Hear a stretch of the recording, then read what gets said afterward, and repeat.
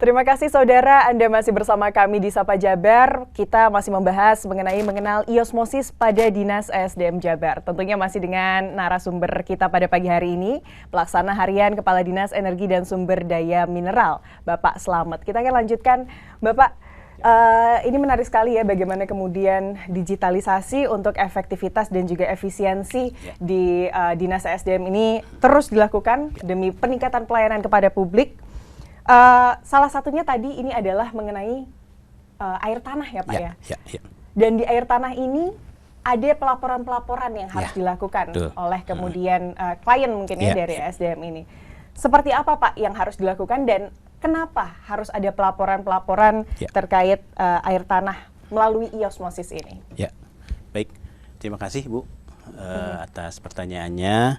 Memang pelaporan ini diamanatkan ya oleh Menteri ESDM dengan keputusan Menteri ESDM nomor 259 tahun 2022 tentang standar penyelenggaraan izin pengusahaan air tanah. Jadi pemilik izin pengusahaan air tanah itu wajib melakukan laporan hasil pengukuran kedudukan muka air tanah itu bulanan, kemudian mengukur hasil analisa kualitas air tanah itu setiap 6 bulan, kemudian yang ketiga adalah mengukur debit penggunaan air tanah itu bulanan. Jadi ketiga parameter tersebut harus dilakukan pelaporan terhadap Dinas ESDM melalui aplikasi iosmosis ini agar kita bisa memantau sejauh mana penggunaan air tanah dalam yang ada di Jawa Barat ini dilakukan oleh para pengusaha gitu ya, supaya nanti aspek konservasi air tanahnya bisa terpenuhi dan sustainability-nya bisa terjaga. Baik, karena memang air tanah ini sumber daya alam yang terbatas gitu ya. Yang tidak terbarukan ya. Tidak terbarukan gitu ya. Butuh waktu lama untuk bisa di-charge lagi gitu ya. Untuk dapetin air tanah dalam yang kondisinya bagus dan siap minum, itu memang butuh waktu recharge-nya, butuh waktu yang cukup lama gitu ya. Dari mulai reboisasi yang di hulu, kemudian nanti kita bisa memakai lagi di wilayah hilirnya. Demikian. Biasanya air tanah dalam ini penggunaannya untuk apa saja Pak? Biasanya sih untuk air minum. Air minum, kemudian ya untuk intinya sih sebetulnya buat konsumsi ya, untuk residensial gitu ya.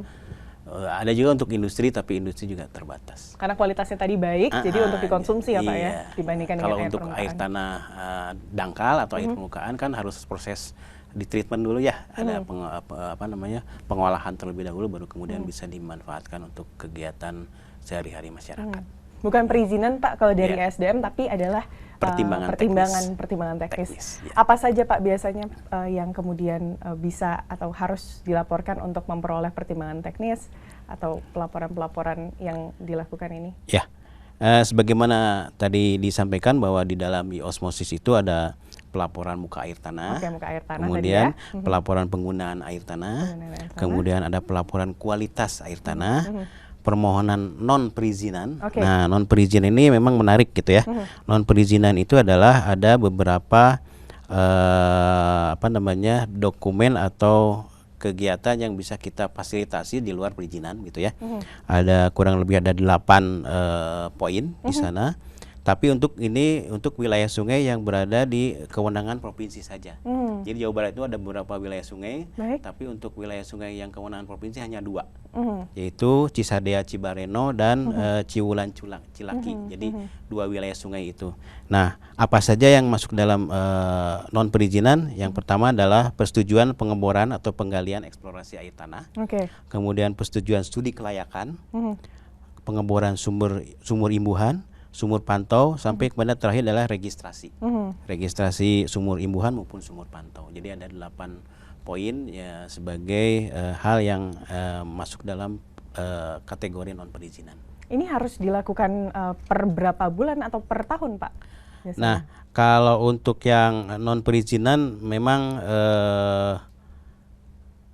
kita sesuai dengan yang disamakan dengan yang tadi ya, yang di atas tadi bahwa untuk pengambilan air tanah dalam itu harus dilakukan tiap bulan maupun tiap 6 bulan. Dan 6 bulan. Iya, harus dilaporkan ke kita. Karena kita harus menyampaikan laporan kinerja kita juga dalam bentuk tadi ya, kedalaman muka air tanah, debit air, kemudian kualitas airnya juga harus terjaga.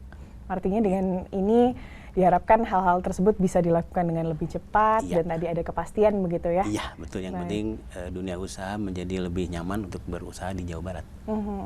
Responnya tentunya positif ya Pak ya dari Pak? Alhamdulillah semua para pengusaha yang di sektor air tanah ini memberikan respon yang sangat baik buat kita di Dinas SDM, terutama karena pelayanan publiknya sudah mengacu ke digitalisasi ya.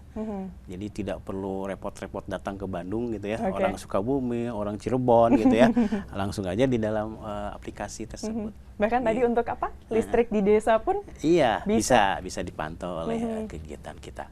Gitu. Baik. Ini menarik sekali Pak kalau kita ngomongin iosmosis pada Dinas SDM Jabar. Kita akan membahasnya lebih dalam di segmen selanjutnya tentunya tentang kita nanti mau tanya apa itu layanan penetapan nilai perolehan air tanah. Lalu juga ada layanan iosmosis KBLBB ya Pak ya. Nanti mungkin bisa dijelaskan di segmen selanjutnya. Saudara jangan kemana-mana karena usai jeda kami masih akan kembali, tetaplah di Sapa Jabar.